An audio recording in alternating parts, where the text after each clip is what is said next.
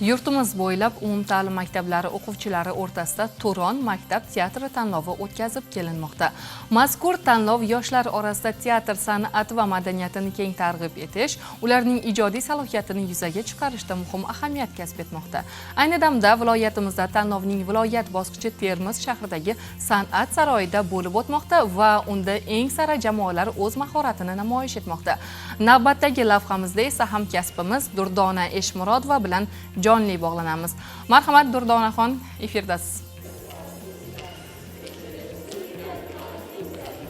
Bugun yoshlar har sohada ilg'or. Ular maktablarda a'lo baholarga o'qishga harakat qilishadi.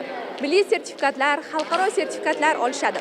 Ular o'z yutuqlarini, o'z muvaffaqiyatlarini ota-onalariga, yurtiga sovg'a qilishga harakat qilishadi.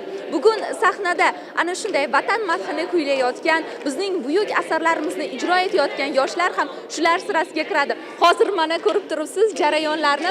Turon maktab teatrining Surxondaryo viloyat bosqichi ishtirokchilaridan biri, ya'ni Boysun tumanidagi 1-maktabning Turon yulduzlari jamoasi 2-shartga tayyorgarlik ko'rishmoqda. Assalomu alaykum. Va alaykum assalom. Halal bermadikmi? Yo'q, xalaqit berganingiz yo'q. Mana bizlar ham Termiz shahriga mehmon bo'lib keldik. So'lim Surxonning Boysun tog'ida.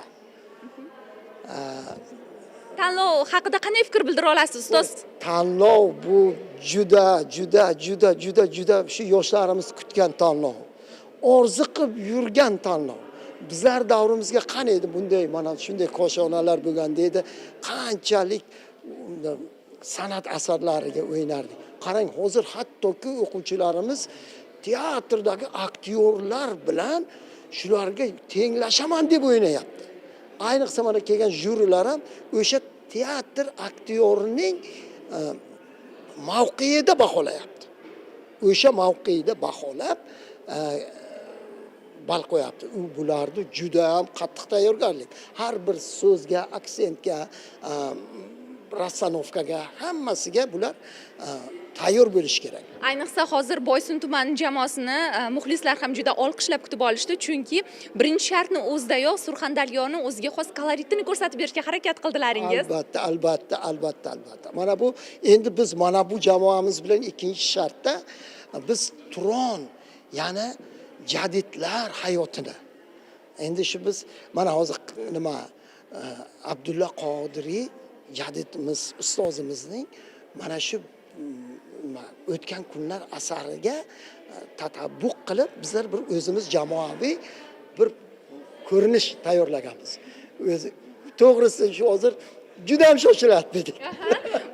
Keling, bolalarni ham fikrini so'raylik. Hozir navbat sizlarniki, adashmasam ham. Kayfiyatlar qanday? Juda ham a'lo. Hozir biz 2-shartga kirish arafasida turibmiz. Nasib bo'lsa, bu tuman viloyatda ham, respublikada ham nasib bo'lsa 1-o'rinni olib, chet elga, xorijiy sayohatga qo'lga kiritishga harakat qilamiz. Sizlarga omad tilaymiz. Aynan hozir Boysun tumanining mana shu 1-maktab jamoasi sahnaga otlanishyapti. Teatr Ibratxona shartida ularga 15 daqiqa vaqt berilgan va bu shartda sizlar muvaffaqiyatli bajarib chiqasizlar degan umiddamiz. Omad tilaymiz. Biz esa mana Termiz tumanidagi navbatdagi jamoa bilan ham suhbatlashish uchun yonlariga kelyapmiz. Assalomu alaykum.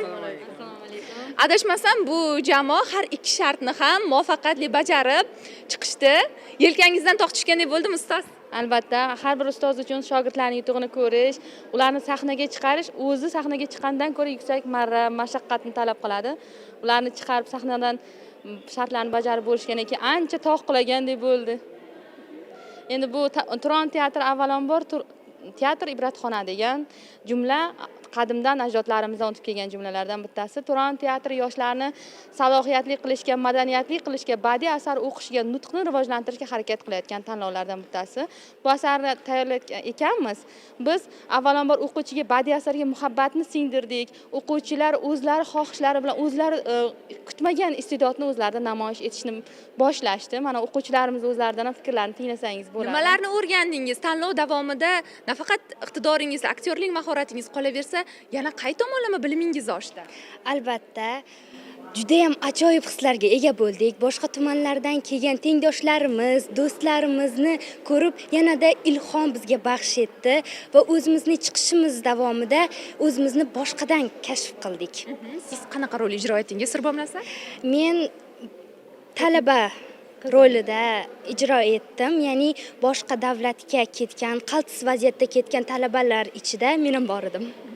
Demak, Javlon Jovlievning Qo'rqma asarini ma'lumot uchun ushbu maktab ikkinchi shartda sahnaviy ko'rinish sifatida taqdim etishdi va ushbu sahna ko'rinishlaridan ham ma'lumki, o'z zamonida yoshlarimiz ilm olish uchun xorijiy davlatlarga chiqishi biroz qiyin bo'lgan va ular tahlikali vaziyatlarga tushib qolishgan. Bugun esa yoshlarimiz nafaqat ilm olishadi, o'qishadi, balki o'z iqtidorini namoyish qilishga ham ega bo'lishadi.